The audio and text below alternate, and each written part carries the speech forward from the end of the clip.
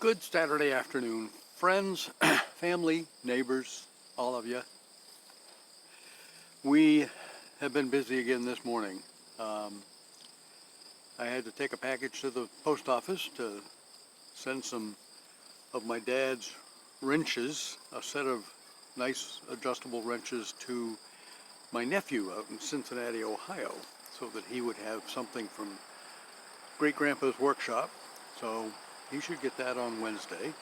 And then we had a few more pieces to pick up at my stepmother's home, where my dad was living with her.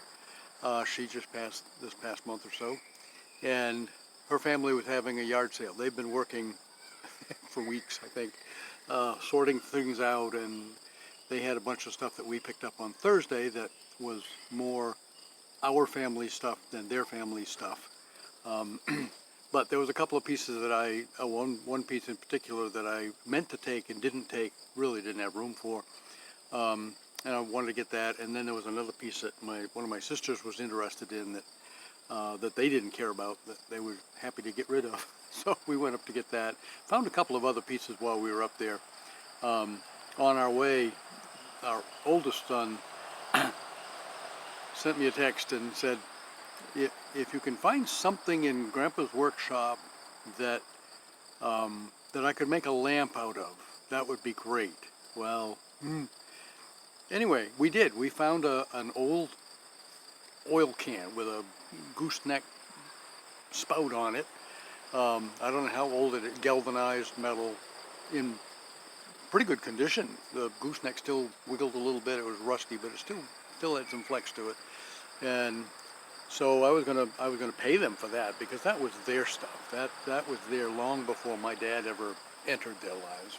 And then there was an old cleaver, a big heavy meat cleaver with a full tang handle on it.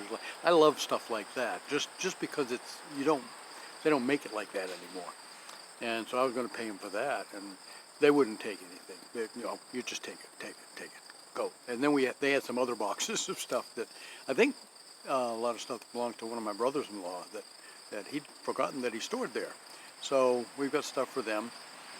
Anyway, on the way back, that was up in North Turner, Maine, which is on Route 4. Well, they're off on, the house is off on 219, which runs east off from Route 4, east and west off Route 4. Anyway, right there in the middle of North Turner, off to the side of Route 4 a little bit on 219, is House's Market.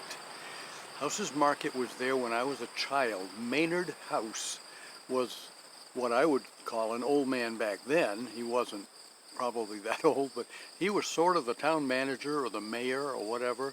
And I think he and his wife ran the post office out of their house, which is a big sprawling brick house across the street from the market. And the post office is still over there.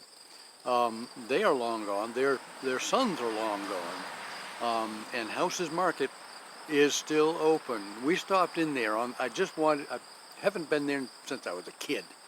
4 years old, we're saying. I could tell stories, and I did to the guy that owned the man that owns the shop now is Al Wood. He's from Lewiston. He's moved up to Monmouth.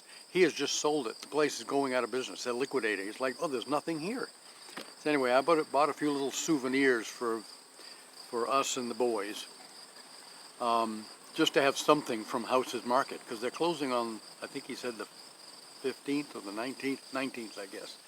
There won't be anything left. There's not much more there than potato chips and candy bars and a bunch of liquor, which I don't buy.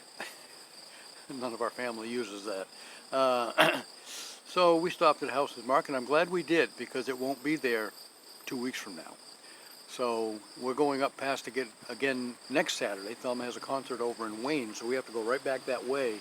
So we'll be going through town again next Saturday to go to that concert, and that'll be a good day. So we brought the oil can. I sent our son a picture of it. He said, perfect. So he's got a project now. He wants to make a table lamp out of that oil can in memory of his granddad, and that's cool. We stopped there on the way home, so we stopped at their place on the way home. Have a good weekend, folks.